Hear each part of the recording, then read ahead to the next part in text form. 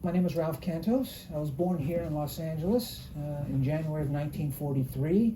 And for the first 12 or 13 years of my life, I lived over in East Los Angeles, City Terrace to be exact. Moved over here on the west side in 1956 and lived over on Crescent Heights and Pickford Street for about 17 years. And then I moved over to Shenandoah Street, about 2 blocks up the street in the 1500 block. Lived there for about 18 years. And then I moved down here in 1988.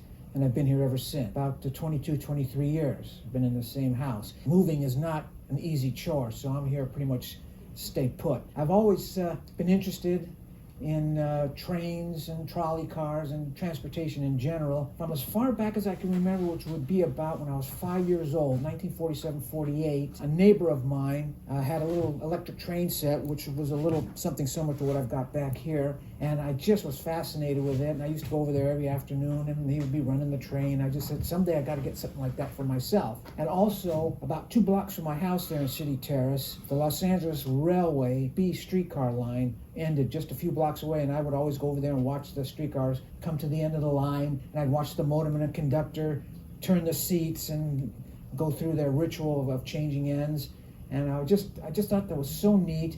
And then a couple blocks north of me, the Pacific Electric, Baldwin Park, San Bernardino line interurbans went by, and they would go by really fast, and I could hear them go by at all hours of the day and night. But my parents, who are not very sympathetic to my interests, would never take me over there to see them. You know, I could, they would drop me off in front of the B car because there was a grocery store there, Frank's grocery store, and my parents knew them, and he would kind of watch over me and babysit me out in front of the house. I would sit on this kosher pickle barrel out there in front, watch the streetcars come to the end of the line and turn back. But it wasn't until about 1950, when I was 7 years old, that I had enough courage to walk over about a half a mile to the Eastern Avenue Bridge. They were just completing the first segment of what they called then the Ramona Freeway, which later became the San Bernardino Freeway. San Bernardino, Baldwin Park line, interurbans paralleled the freeway. So I went over there one afternoon, and the bridge hadn't even opened yet. It was a brand new bridge. And I just walked over the bridge. There was barricades at both ends of the bridge. I just walked over there and I looked down, and I was looking down on the car tracks there, and all of a sudden, looking off to the east, I could hear a whistle, PE whistle, which I've heard many times before, and I looked up, and here came this beautiful PE interurban car, one of their 1200 series cars, rounding the bend, which would now be the El Monte Busway and the Cal State East LA stop. It came to a stop right underneath the bridge, and I was looking down on this thing, and it was just beautiful. And then I could hear 2 bells inside the car, the conductor giving the signal to go ahead. There was 2 toots on the whistle, and he went under the bridge, and of course I ran to the other side of the bridge, and he just whistled away and just disappeared into a cloud of dust. So I did manage to see it just that one time. So from that point on, my interest in trains and trolleys and automobiles, trains, trolleys, buses, trucks, anything and everything to do with transportation. I probably would have been a trolley car motorman had they not taken them away in 1963, because you had to be 21 years old to be a trolley car motorman, and I was 20 years old at the time, and put in an application. I told them I wanted to be a trolley motorman, and they told me that probably weren't going to make it because they were taking the trolleys off the following spring, and that really kind of upset me. And about 4 or 5 years ago, this man named Tom Eberhard and his wife Christy Vasquez were doing a series of videos for the Glendale Library System. Their next project was to be about the red cars running up and down Brand Boulevard, just within the city limits of Glendale. So they started doing a little research on that, and they went to the MTA library and their historian down there, and they told them that they would be better served if they got in contact with me. Well, this video on the red cars was only supposed to be a half an hour long, but these 2 folks got so consumed and taken in by the Pacific Electric, and it's the vastness of the system and what really happened to it, and all the injustices and just what brought it down, that they decided that they just could not do a half-hour video on it, and they shot hours and hours and hours of video. They really did their research quite well, and it turned out to be one of the best documentaries on the Pacific Electric, the rise and fall of the PE, that I've ever seen, and I was really happy to have a part in it. And we went out and did lots of filming, for weeks and weeks and weeks. If you know where to look, there's still a lot of things to see, although bit by bit they are disappearing. The DVD that they came out with turned out really great. Whenever I see anybody that I think is interesting, I'll just stop and talk to them. And an old couple walked in, and I just walked right up to the guy. He was sitting at his table, and I was just a few tables away, and I asked him if he was a native of Santa Monica and Venice. I said, oh yes, he said he lived there many, many years, and he was a graduate of Venice High School, graduated in summer 1941. Like I said, this was just a week or two ago, and when I asked him a bunch of questions about the legendary Venice High School train, and he remembered riding it and all the hell raised that the kids used to raise on the train, throwing the cushions out the windows, and the conductors reprimanding them. And the PE had to send out a truck after each run to pick up all the seat cushions that the kids had tossed out the windows. And PE always used their oldest equipment on that Venice line, and they really had a lot of fun. And he was just a nice person to talk with, and just another little tidbit of information. I've written about just about everything I can write about as far as transportation and the memories of this particular area that I live in, which is called Crestview. The surrounding areas is very rich with history, be it movie theaters, the grocery stores that used to be here. The street right here up the block here, Airdrome Street, was to have been a trolley line that was a victim of the stock market crash of 1929, and to this area that I knew about, and I got a lot of good feedback out of them, and I had a lot of fun doing them. And there's still a few things that I could still do. Buried treasure, of where to go see it. In fact, Los Angeles Magazine last month did an article about coffee. It was called LA's Hidden Treasures, and they called upon me to give them a short list of some of my favorite things, just concentrated on one line, the Glendale-Burbank line, which started at 4th and Hill in downtown Los Angeles at the subway terminal building, and it came out of the subway terminal at Beverly Boulevard and Glendale Boulevard, where there was a power station, a portal, subway portal, and a storage yard. And when that line was abandoned in 1955, that piece of property, the subway portal, the power station, and the yard, of course, immediately they ripped up the tracks and sold off the cars. 50 some odd years.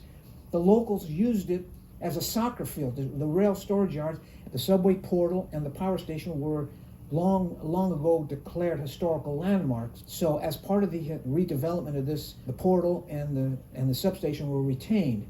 And that's one of the places now on my list. They put cinder blocks over it. They painted the concrete gray where the tunnel was. They painted it black to look like a tunnel, and they have a mural of a streetcar coming out of it, which is pretty good. I mean, I give them credit. It's okay. It's a reasonable facsimile. The PE had a massive bridge that went over the LA River, and this was all part of when the LA River flood control channel was improved in 1937-38. They removed PE's wooden bridge and replaced it with a metal bridge, a steel bridge with these huge concrete abutments that they again, after the line was abandoned in 1955, all the metal work and everything was removed. Automobiles. Well, back around the 1970, I got into the swimming pool service business. Prior to that, I worked for the Herald Examiner newspaper, and I had a good job there, and I really enjoyed it. What did you do there? I was a driver. During the off season, I was a driver delivering papers to the kids on different corners, as well as bulk loads to wherever they needed it. And I really enjoyed it because I liked driving the big trucks, and I was well paid. Back in 1967, 66, when I was doing this, I was making $3.25 an hour, which was good money at the time. I think minimum wage at that time was 25 cents an hour. So I was very happy working for the Herald Examiner newspaper. Had an old 41 Plymouth that a friend of mine had given to me, and I fixed it up, and I had a trolley bell in it and a set of train horns on the roof. And I was very, very happy and content. Had a nice vintage car, which at that time was about 21 or 22 years old. A 20-year-old car would be about a 1991, and that to me is a modern automobile. But back in 1961, 62, a 41 Plymouth still had running boards on it. It was a pre-war car. It was an old car, but I enjoyed driving it. So I worked at the Herald Examiner right up until the time that we went on strike. I remember it vividly. And there was 3 different unions there that worked there. There was the union that I worked for, which did all that night when they announced that we were going on strike. It was pouring rain. So we all went outside, and we met at the Union Hall, and our union representatives came out and said, well, Hearst he's not going to do it. We're all on strike, and everybody's throwing their hats up in the air, and they're all happy. And we went outside in the pouring rain. We got our picket cards and went over to the strike headquarters, which was right across the street from the Herald Examiner building on 11th and Broadway, and there was a banquet spread out there for everybody, you know. So we picketed in the pouring rain like that, and then we all got our assignments, and we picketed for about 2 or 3 months, and I just didn't see this going anywhere, you know. I mean, he could hold out forever. I mean, he could shut the whole damn paper down. It wouldn't make a big difference. So one afternoon, I was picketing on Broadway with a bunch of my friends, and I can see there was going to be some problems there. So, you know what? I said to myself, gentlemen, here's my picket sign. I don't need this $30 a week. Call me when this thing is over. I'm going to the beach. And I turned in my picket sign, and I signed a waiver that I don't need the benefits or anything like that. I knew the strike was coming. I had a lot of money saved up. I was still very content driving my 41 Plymouth around town and everything like that, so I didn't really care. I started seeing circles in my bank account where the money used to be, you know, so I figured, well, I better go out and find a job, you know. And at the Herald Examiner, I was always being written up for wearing shorts, you know. I mean, they were constantly writing me up. You know, I mean, they didn't provide us with a uniform, but they was always writing me up for wearing shorts. So I figured I got to find me a job that I could wear shorts and nobody's going to hassle me. So I figured I saw pool management. Well, there's a great job. You know, any dumbbell can do that. Go in the backyard, take a few leaves out of the pool and be on your way. Well, I found out that there was a lot more to that than meets the eye. But anyway, I got into that line of work. In the early 70s, it was very lucrative business, extremely lucrative business to get into.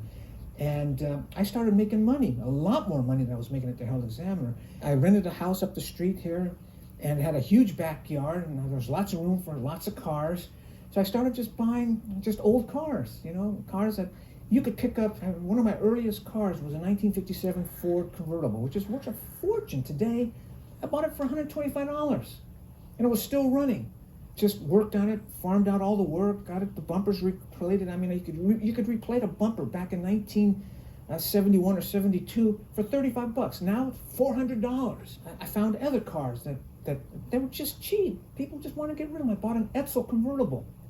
You know, just I couldn't believe it. That guy just I was cleaning pools, buying every car that caught my fancy. You know, my first car, I still had my first car, the 41 Plymouth. Back in 1959, I was selling newspapers on a street corner. I originally started mowing lawns in the neighborhood. Then I graduated to selling newspapers on a street corner. And one day I was selling papers there, and I looked across the street, and a man pulled in with a 41 Buick limousine. And I've always liked 41 Buicks, because when I was a little kid, my favorite uncle, my Uncle Sammy, drove a 41 Buick. He was always on the cutting edge of cars. My dad had a junky old 37 Dodge, piece of junk, you know. I thought the 41 Buick was the most fabulous car, and I figured when I grew up, I had to have a 41 Buick. Well, here comes this man, drives into Markel's upholstery with this 41 Buick limousine. I'd never seen a 41 Buick limousine before. It was fabulous. So I threw my papers down, ran across the street, and the guy told me what his name was and where he lived, and he gave me his address. And for the next 8 or 9 years, I would ride my bike over to his house and polish the car and clean it up, and he promised he would sell it to me someday. And sure enough, in 1966, about 7 or 8 years after I first initially saw the car, he called me up and told me if I wanted to buy it, I could come and get it. I gave him $250 for it. Now the car is probably worth, I could never afford to buy the car again.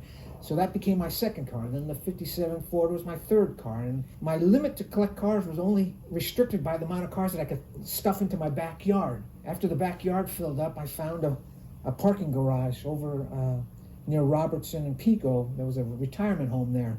And there was just a bunch of old folks living there.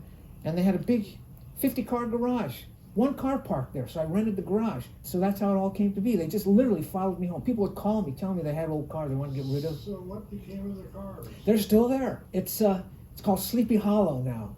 I mean, all the cars are still there. I don't drive them much anymore because the insurance. When I first started collecting cars, the registration on any old car after about 10 years was $11. Now, it's $100. I used to rent them out to the movie studios. A lot of them have been in movies and TV commercials and various TV shows. So I have about 7 or 8 cars dotted around the neighborhood that I still drive because Economically, it's just unfeasible to try and keep 35 cars currently registered. I just don't drive them that much. There's other collectors down there that have their cars down there with me, so we all share in the rent on the garage. And if I need to drive one of those cars, I can always get a one-day permit. They'll start right up if I put a battery in them. They're all covered up and basically hibernating. 25 or 30 of my own cars down there, plus about another 15 or 20 cars for other collectors. Yeah. What about the buses? Buses, well, they're a natural progression from collecting cars. Funny thing, when I was a kid growing up, I really hated and detested buses because all buses meant to me was they would take the streetcars, they would take away the streetcars and the buses would replace them. So I hated and detested buses. When I became more rational in my thoughts and things, the bus is a misused instrument of progress. My theory was that buses should feed streetcar lines, as feeder to streetcar lines, not eat them, and that's my little philosophy. So I became more interested in buses. Again, buses, believe it or not, are just very, very big antique cars. I have a bus up here, the Cena Cruiser bus that was built for Greyhound. There was only 1,000 of those built, and they were built only for Greyhound. If it were an automobile and there were only 1,000 of them built, it'd be worth a fortune. But I have other buses that were only 35 units built, and another one that were only 300 built. So people see buses, they think there are millions of them. Well, perhaps there are in total. Buses are not built like they build automobiles. They just crank out automobiles and send them to all the dealers. Buses are built only to order. And if a company only wants 35 buses of a certain type... Could you describe your collection of buses to me? Well, right now, myself and my friends have about 115 buses. The oldest one being about 1935, which is a bus that we bought from a company that that bus used to appear in the Waltons TV series. My buses range in years from 1936 through about 1980. There are a lot of city buses, a lot of Greyhound buses, Continental Trailways, and oddball buses. Collecting buses is actually, it's just like you got a tiger by the tail. I used to bring the buses home here and work on them on occasion. I'd park them out in front of the house here. When I bought this house, of paramount consideration was if I could park a bus in front of the house here. I measured off the frontage out here. But I used to bring the bus home here and work on it, but some of the neighbors took offense to it. They would call the parking enforcement on me, and I started getting tickets. And the buses now are out in Fontana, and I still go out there occasionally. There's a caretaker out there, and he's watching over the buses. On the scale, the hobby scale of collectible items, the transportation hobby, to a cracking tower where they refine oil. It's a big, tall structure. At the very top is where high-grade jet fuel comes off, and that's where steam locomotives are in the transportation hobby. Probably all these people with money, steam locomotives. And then below that, ocean liners, big ocean liners like the Queen Mary, the Queen Elizabeth, lots of people very influential people with money. That's the second tier of the hobby. And as you go, then the next tier where kerosene and gasoline would come off, because that's high-grade stuff, that's where you have antique automobiles. Then as you go further down the refining process, you get cheaper grades of fuel, and you have airships and trucks. And as you go further down, at the very bottom of the cracking tower is where you get asphalt. And that's where buses are, as far as the liking of what people like about the transportation hobby. Buses are at the very bottom. People in general just don't like buses. So where do recreational vehicles fit on that scale? Recreational vehicles are probably just a couple of cuts above buses. The very first bus I ever got, a friend of mine had a junkyard out in Montebello. He junked trucks and buses for their engines. Gave him that engine. Hey, Ralph, he called me up. I got this neat bus down here. If you want it, you can have it. The thing runs. It just was taken out of service a couple months ago. So I went out there and wow, this is great. So 1959 GMC bus. It was beautiful. Everything worked. So I drove it, and of course, that was my first bus. Yet right now, I've got a 1956 Imperial that's parked right out in front of the house. On the particular day that we went out to this yard to buy that old 1935 bus, I saw this car in 56 Park. They had a huge collection of antique cars. And amongst all these cars was this 56 Imperial.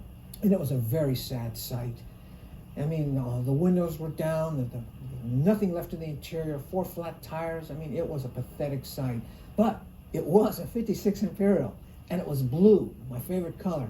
So I figured, well, my friends bought the bus, because we have the bus people, there's quite a few people in my little bus group, and I negotiated a deal, had to get a tow truck to literally drag it out of this yard, and I've been working on it for about 20 years. Runs really good, it's very presentable, and it's one of my favorite cars. And I've got a few other cars dotted about the neighborhood, much to the chagrin of some of the people that live in the neighborhood here. Some people can be very territorial about their parking spaces, but I'm kind of lucky. I've got a couple of sympathetic people in the neighborhood that allow me to park my cars. They're kind of safe harbors, and they allow me to park my cars there. But every now and then, somebody gets a little upset and writes a note and puts a rather tart or nasty note on one of the cars. And you had the pool business, which seems to keep you pretty busy. oh yeah. I've been at it for 43 years, and like I say, it used to be a very lucrative business. Now it's pretty much just a living.